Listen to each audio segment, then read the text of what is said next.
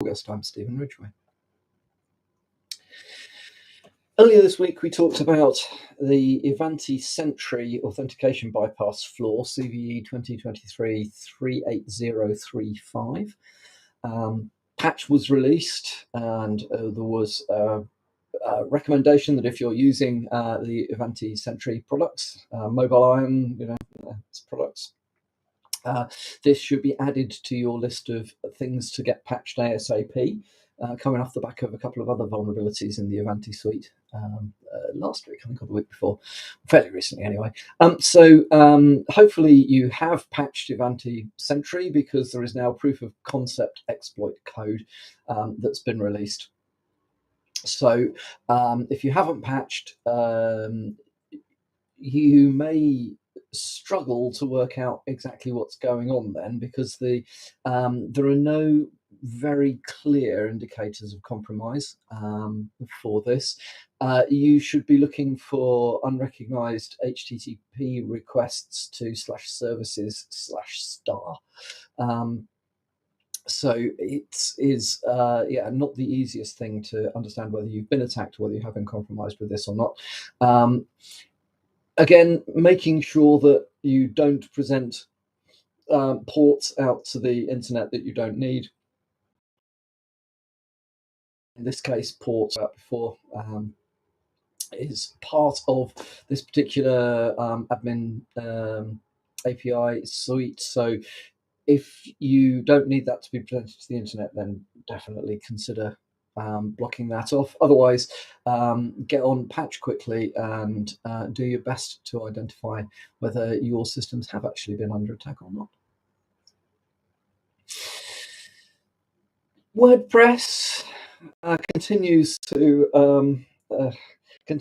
stress me over the amount of stuff that becomes vulnerable, a continual stream. I suppose it's probably no worse than a lot of web hosting frameworks, but it does seem that it is complicated to look after, given the way that the plugins work or don't work, or however it is. In this case, there are two vulnerabilities affecting the Jupyter X Core, which is a premium plugin for setting up WordPress and WooCommerce websites. These vulnerabilities allow hijacking of accounts and the upload of files without authentication. So first vulnerability, CVE 2023-38388, which allows the upload of files without authentication, and therefore could lead to the execution of arbitrary code on the server. As in, if you've uploaded it, you know where you've put it, and you can then go and fire it from the outside. This affects all versions of Jupyter X Core from 3.3.5 and below. Developer has fixed the problem in 3.3.8.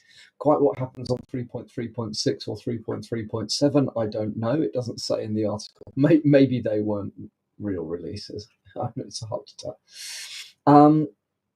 It's got this particular vulnerability has got a severity score of 9.0. Mainly because no authentication required, and this is pretty serious stuff if you're running Jupyter X Core. The other vulnerability allows an unauthenticated attacker to take control of any WordPress user's account on the condition that they know the email address. Again, this has received a severity rating of 9.8, and it impacts all of Jupyter X Core 3.3.8 and below. The problem has been fixed in 3.4.3, and the developers are recommending to update to that particular version. The issue appears to be around Ajax handler function in the Facebook login process of the plugin, which allows you to set the social media user Facebook ID metadata with any value.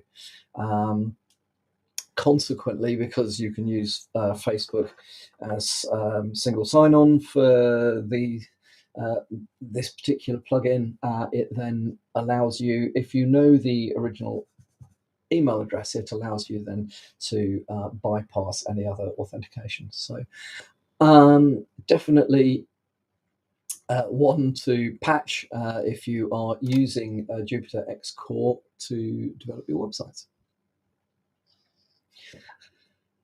Excuse me, blimey. Cisco has patched some vulnerabilities in switches and firewalls.